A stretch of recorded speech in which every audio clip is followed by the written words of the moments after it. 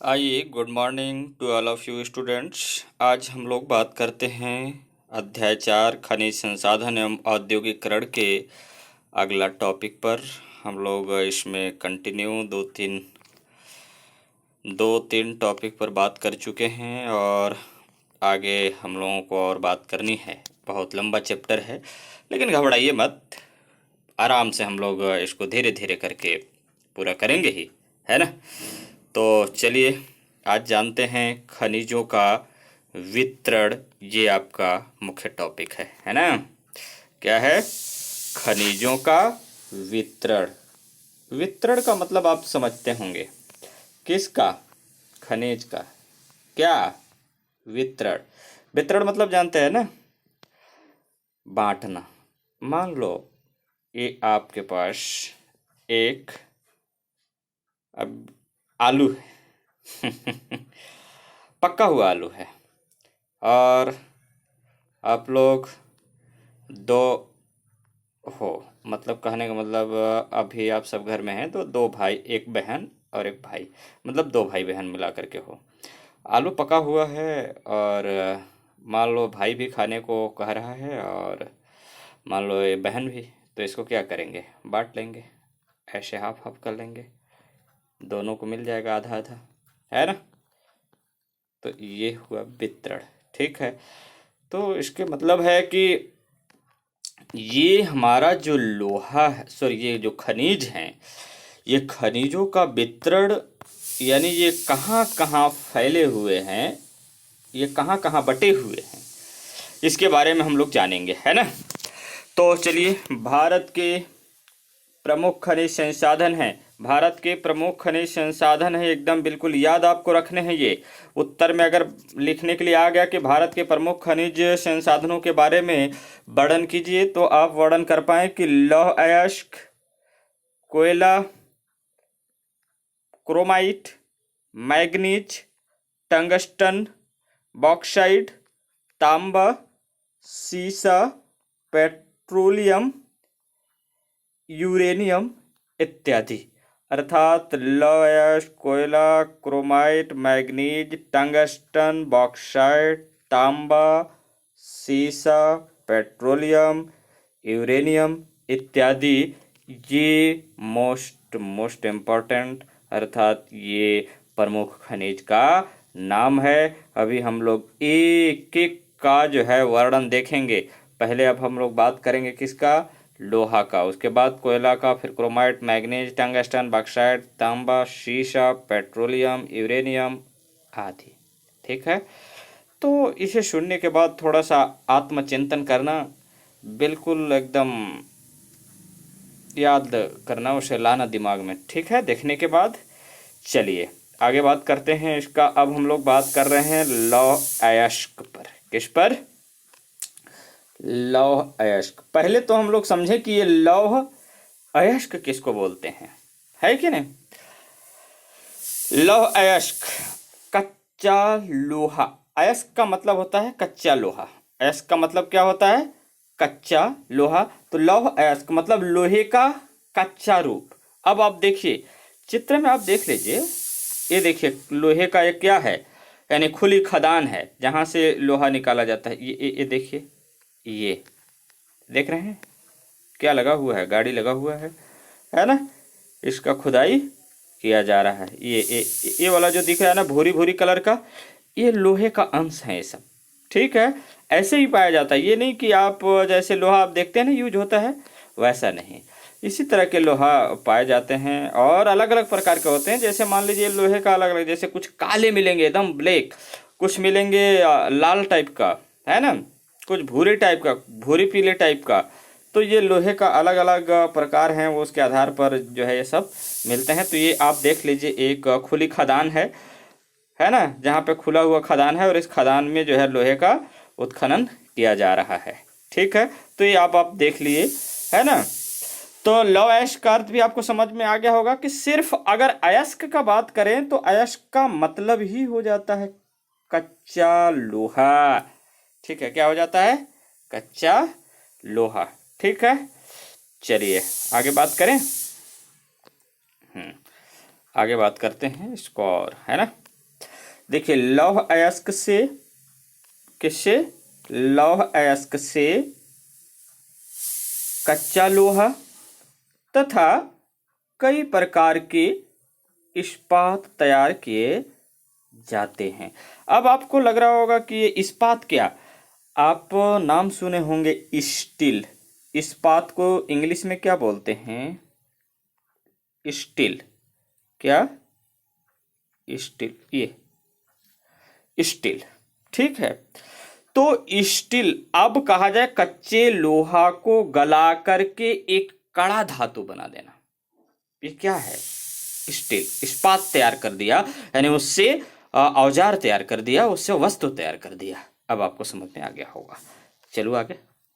यह कहने में अतिशयोक्ति नहीं होगी कि आधुनिक विकास का आधार लोहा है। बिल्कुल, यह कहने में अतिशयोक्ति नहीं होगी कि आधुनिक विकास का आधार लोहा है। हिंदी में आप अतिशयोक्ति अलंकार पढ़े होंगे, है ना।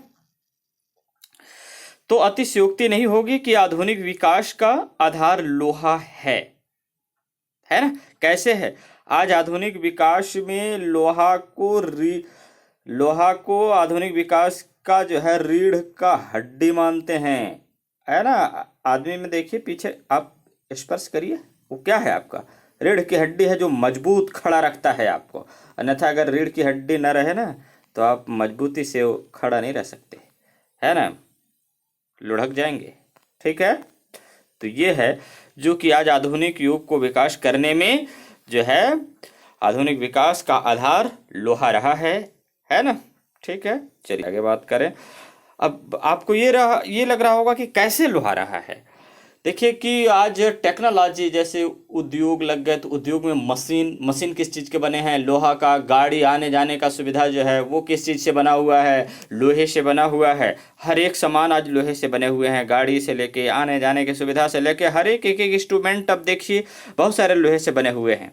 ठीक है, आप खुद अनुमान लगा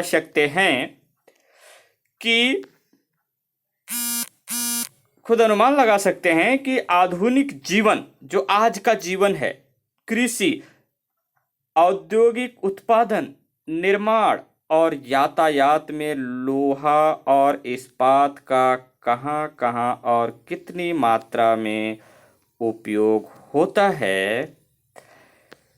इसी कारण कच्चे लोहे का उत्पादन अन्य धातुओं के उत्पादन से भी अधिक होता है। देख लीजिए, हर एक स्थान पर लोहे का उपयोग किया जा रहा है, स्टील यानी इस्पात का उपयोग किया जा रहा है, जिससे लोहे का डिमांड भी बढ़ गया है और अन्य धातुओं की अपेक्षा इसका उत्पादन भी बहुत ज़्यादा किया जा रहा है ना। चलिए आगे। इसकी विशेषता होती है कि इसमें अन्य धातुओं को मिलाकर इसकी मजबूती और कड़ेपन को घटाया बढ़ाया जा सकता है। मतलब अन्य धातु को मिला करके इसमें जो है कड़ापन यानी कठोर, है ना, मजबूती को जो है क्या किया जा सकता है, घटाया और बढ़ाया जा सकता है। ठीक है, चलिए आगे और बात करते हैं, है ना। देखिए क्या क्या, लौह अयस्क शुद्ध रूप में नहीं पाया जाता है। तो कैसा पाया जाता है, अशुद्ध रूप में पाया जाता है। बस अगर साफ सी बात आ गया कि लौह अयस्क शुद्ध रूप में नहीं पाया जाता है तो अशुद्ध रूप में पाया जाता होगा, मतलब उसके साथ और धातुओं का मिलन होगा। जैसे चट्टान में लोहे के अतिरिक्त अन्य खनिज भी मिलते हैं। लोहे के अतिरिक्त अन्य खनिज भी मिलते हैं। जैसे वो खनिज कौन कौन सा, गंधक आप जानते होंगे, जिसको सल्फर बोलते हैं। क्या बोलते हैं, सल्फर, फास्फोरस जिसे पी से दर्शाया जाता है ना। एल्यूमिना, चूना आप जानते ही हैं, है ना। मैग्नीशियम ये भी धातु है। सिलिका, टिटेनियम आदि धातु इसके साथ पाए जाते हैं। जब कच्चा लोहा मिला ना तब ये इसके साथ ऐसे मिले होते हैं, इसे लौह अयस्क कहते हैं। जब लोहे के साथ यानी कच्चे लोहे के साथ अगर गंधक, फास्फोरस, एल्यूमिना, चूना, मैग्नीशियम, सिलिका, टाइटेनियम आदि मिलता है तो इसे हम लौह अयस्क कहते हैं, है ना। अब आपको समझ में आ गया होगा कि लौह अयस्क का रूप कैसा होता है और शुद्ध लोहा का रूप कैसा होगा, उसमें ये सब नहीं होंगे। आइए, रासायनिक प्रक्रिया के द्वारा, है ना, केमिकल प्रोसेस, है ना, यानी रासायनिक प्रक्रिया के द्वारा लोहे को इनसे अलग किया जाता है। वात्य भट्टी आप जानते हैं, साइंस में पढ़े होंगे, है ना। तो चलिए, यानी रासायनिक प्रक्रिया के द्वारा लोहे को क्या किया जाता है, ये जितने भी उनके साथ जो धातु मिले हुए हैं ना, उनसे अलग किया जाता है। ठीक है, चलिए आगे देखते हैं। धातु की मात्रा के अनुसार लौह अयस्क को 4 प्रकार में बांटा जाता है। कितने प्रकार में बांटा जाता है? 4 प्रकार में बांटा जाता है। अलग अलग कलर में प्रकारों को कर देता हूं। पहला प्रकार इसमें हेमेटाइट, इसमें 70% लोहा है, यानी लोहा का मात्रा इसमें कितना होता है? 70% होता है, बाकी अन्य धातुओं का होता है। ठीक है, ये पहला प्रकार हुआ। दूसरा है मैग्नेटाइट, 70.4%। ठीक है, कितने? 70.4% मैग्नेटाइट लोहा में पाया जाता है। सबसे सर्वोत्तम किस्म का लोहा किसको माना जाता है? मैग्नेटाइट को। ध्यान रखना, ये क्वेश्चन पूछा जाता है कि सर्वोत्तम किस्म का लोहा कौन है, तो आप बताइए मैग्नेटाइट। उसके बाद कौन है? हेमेटाइट। उसके बाद कौन है? लाइमोनाइट, जो 59.63% है। तथा अगला है आपका, ये कौन सा कलर ले लूं? ब्लैक कलर तो नहीं लेंगे, पीला ही ले लेते हैं, सीडेराइट, है ना। तो 4 प्रकार हो गया, आपको दिख गया होगा। सीडेराइट 48.2% है ना। चलिए आगे बात किया जाए अब, है ना। भारत में अधिकांश भंडार हेमेटाइट और मैग्नेटाइट का है। अब ध्यान भी रखना, ये भी क्वेश्चन पूछा जाता है कि भारत में अधिकांश किस लोहे का भंडार है, तो आप बताएंगे हेमेटाइट और मैग्नेटाइट का है ना। सर्वोत्तम किस्म का लोहा कौन है? मैग्नेटाइट। ठीक है, ये ध्यान रखना। भारत में लौह अयस्क का अनुमानित भंडार 1 अप्रैल 2010 के अनुसार 1788 करोड़ यानी 1788 करोड़ टन है।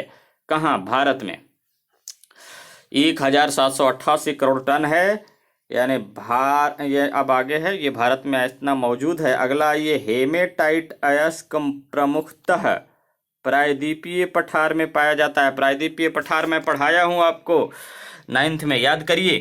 प्रायद्वीपीय पठार जैसे छत्तीसगढ़ का भाग प्रायद्वीपीय पठार में आता है, महाराष्ट्र, ठीक है, कर्नाटका, तेलंगाना, गोवा, केरल, तमिलनाडु, ये सब किस में आते हैं? प्रायद्वीपीय पठार। आप जानते हैं ना प्रायद्वीपीय पठार, जैसे मान लीजिए मैं दिखा दे रहा हूँ, ये जो जल से 3 ओर से घिरा हुआ हो, ये एक प्रायद्वीप वाला भाग है, यहीं पाया जाता है। ठीक है, चलिए आगे आगे बात किया जाए।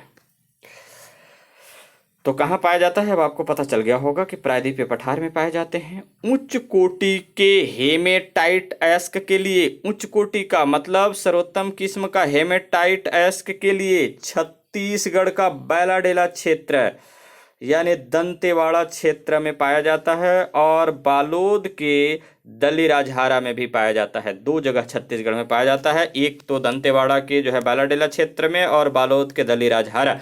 ठीक है, ये क्षेत्र में जो है हेमेटाइट प्रकार के जो है लोहा पाए जाते हैं। ठीक है, अगला ये कर्नाटक का बेलारी हॉस्पेट क्षेत्र में, कर्नाटक का जो ये बेलारी हॉस्पेट क्षेत्र है, वहां भी हेमेटाइट प्रकार का लोहा पाया जाता है। तथा झारखंड बड़ीसा का सिंहभूमि सुंदरवन क्षेत्र प्रमुख है, ये जगह का नाम है ना। और मैग्नेटाइट किस्म का अयस्क, ध्यान रखना अभी एकदम बिल्कुल, मैग्नेटाइट अयस्क का जो है अलग अलग क्षेत्र का नाम रहेगा, है ना। अभी सब आपको दिखाऊंगा कहाँ कहाँ है वो। कर्नाटक, गोवा, केरल, आंध्र प्रदेश, तमिलनाडु, राजस्थान, झारखंड में पाए जाते हैं। और इसके साथ झारखंड और उड़ीसा के लौह अयस्क के भंडार आर्थिक दृष्टि से बहुत महत्वपूर्ण हैं, है ना। आर्थिक दृष्टि से यानी धन रुपए पैसे की दृष्टि से, क्योंकि यहाँ का जो है लौह अयस्क बहुत अच्छे पाए जाते हैं, अच्छे किस्म का, है ना। और इसे बेचे जाते हैं, है ना। और इससे जो है इनकम जो होता है वो आर्थिक दृष्टि से बहुत महत्वपूर्ण माना जाता है। तथा देश में लोहा व इस्पात कारखानों की स्थिति निर्धारण पर इनका निर्णायक प्रभाव पड़ा है, इनका निर्णायक प्रभाव पड़ा है। ठीक है। उसके बाद आइए छत्तीसगढ़ में, कहा छत्तीसगढ़ में, अब पीला कलर ले लेता हूँ थोड़ा, है ना। छत्तीसगढ़ में 26,476 मिलियन टन लौह अयस्क के भंडार हैं। ध्यान रखना, छत्तीसगढ़ में 26,476 मिलियन टन लौह अयस्क के भंडार हैं, जो देश के लगभग 18.67% है। देश में लोहा यानी लौह अयस्क उत्पादन में छत्तीसगढ़ तीसरे स्थान पर है। कौन से स्थान पर है? तीसरे स्थान पर। पहला उड़ीसा, दूसरा झारखंड, तीसरा छत्तीसगढ़। ठीक है। तो उड़ीसा, झारखंड और छत्तीसगढ़ ये 3 राज्य हैं। ठीक है। राज्य का उच्च कोटि का अयस्क क्या है? राज्य का उच्च कोटि का लौह अयस्क भंडार बैलाडीला को माना जाता है। ध्यान रखना, एकदम बिल्कुल याद रखना है आपको कि इस छत्तीसगढ़ राज्य का उच्च कोटि का लौह अयस्क भंडार कहाँ है? तो बैलाडीला को माना जाता है ना। वो कहाँ है? दंतेवाड़ा, फिर दुर्ग के दलिराजहारा, कांकेर में रावघाट, ठीक है, तथा राजनांदगांव में लौह अयस्क संचित हैं मतलब वहाँ पे पाए जाते हैं। ये देखिए, आपको अब थोड़ा सा मैं दिखा दूं क्या, ये आपको क्षेत्र है ना, कहाँ कहाँ ये पाए जाते हैं लौह अयस्क। आइए मैप में दिखा देता हूँ, देख लीजिए कौन सा खनिज है। ये ऊर्जा खनिज है, हम लोग को ऊर्जा खनिज अभी नहीं देखना है, हम लोग को देखना है धात्विक खनिज। ठीक है। तो आइए देखिए धात्विक खनिज में, अब आपने देख रहा होगा या आपने देख रहे होंगे कि लौह अयस्क क्षेत्र किस टाइप का आइकन दिया हुआ है, संकेत इस टाइप का जहाँ जहाँ होगा, और लौह अयस्क खान के लिए त्रिभुज दिया हुआ है। ठीक है। अब हम लोग को वहाँ वही चीज़ खोजना है। ठीक है। लौह अयस्क क्षेत्र ये इस टाइप का होगा, जो बिल्कुल डॉट डॉट डॉट करके भूरे कलर में होगा, और ये जो आइकन बना हुआ ऐसा ये इस टाइप का त्रिभुज, ये लौह अयस्क खाने होंगे। ठीक है। तो चलिए मैं इसको मिटाता हूँ और एक एक क्षेत्र को हम लोग अध्ययन कर देते हैं, देखते हैं कहाँ कहाँ है। अब आप सर्च करिए कि ये वाला क्षेत्र कहाँ है ना। ये जो है, ये वाला,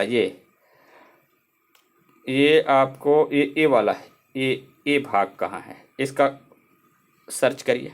ठीक है। देखिए ये कहाँ है ना। चलिए मैं दिखाता हूँ आपको। और एक चीज़ और एक आइकन ये है, ये आइकन इस टाइप का, ये जो आइकन है ये कहाँ है, ये सबको अभी हम लोग को नक्शा में देखना है, वो क्षेत्र एकदम बिल्कुल, है ना। चलिए एकदम बिल्कुल अलर्ट रहिए, कोई बात नहीं, एकदम हम लोग एक एक करके देखते चलेंगे, है ना मैप में। अब आइए मैं छोटा कर दूँ इसको थोड़ा सा, क्योंकि बड़ा दिख रहा है ना। कोई बात नहीं। आइए यहाँ से हम लोग दक्षिण भारत से स्टार्ट करें, प्रायद्वीपीय पठार से। चलिए ठीक है।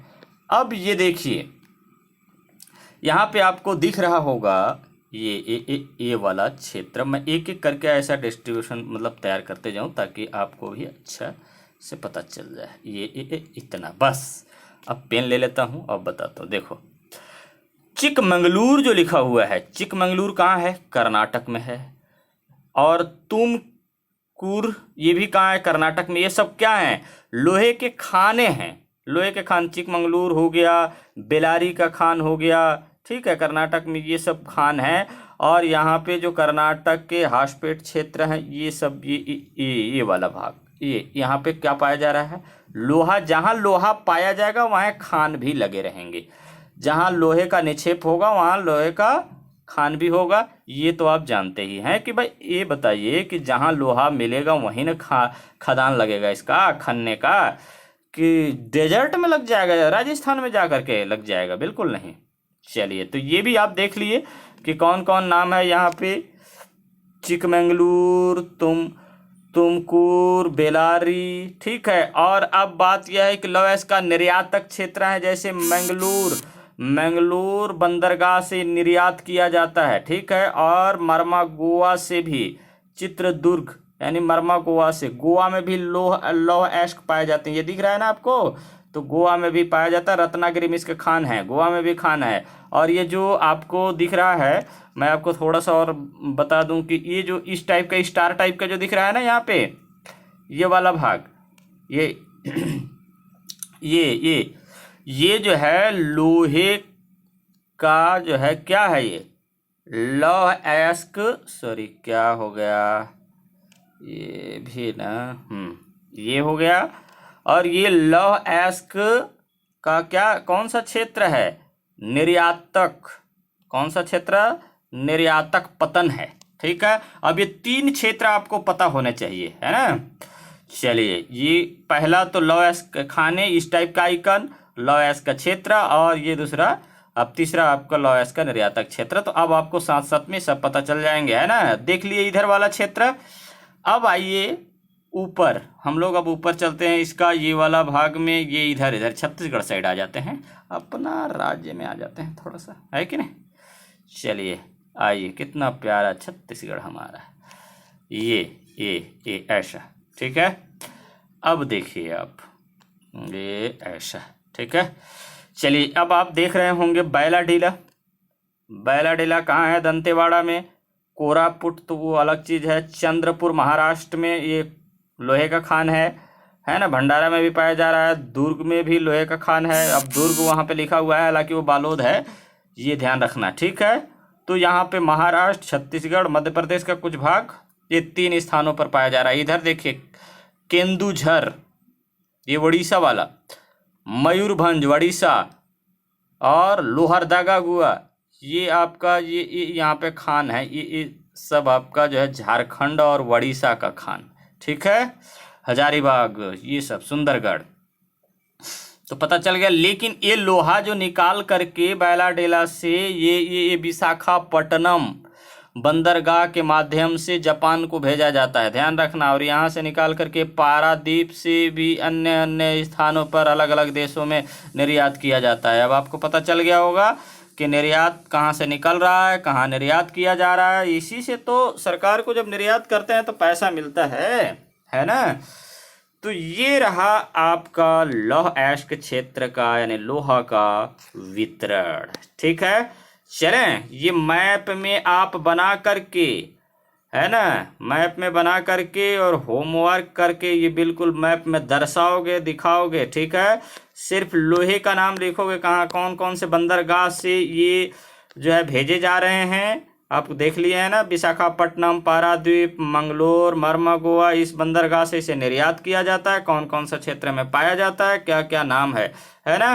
तो इससे आप काम करके, यानी आप लोहे का वितरण कौन कौन से राज्य में है स्पष्ट कीजिए मानचित्र सहित। तो आप इसको बना करके दिखाएंगे। और एक क्वेश्चन आपको और है, मिलता है कि लोहे का कितने प्रकार हैं, वर्णन कीजिए, ठीक है। लोहे का कितने प्रकार हैं, कहाँ कहाँ पाए जाते हैं, ये सब चीज़ें आपको आंसर में लिख के दिखाने हैं। तो चलिए, बस आज इतना ही जानते हैं, बाकी अगले दिन हम लोग और जानेंगे, ठीक है। तो ये 2 क्वेश्चन मिल गया आपको, लोहे का कितने प्रकार होते हैं, इसे वर्णन कीजिए। और अगला है लोहे का वितरण, मानचित्र के साथ स्पष्ट कीजिए। ओके, धन्यवाद।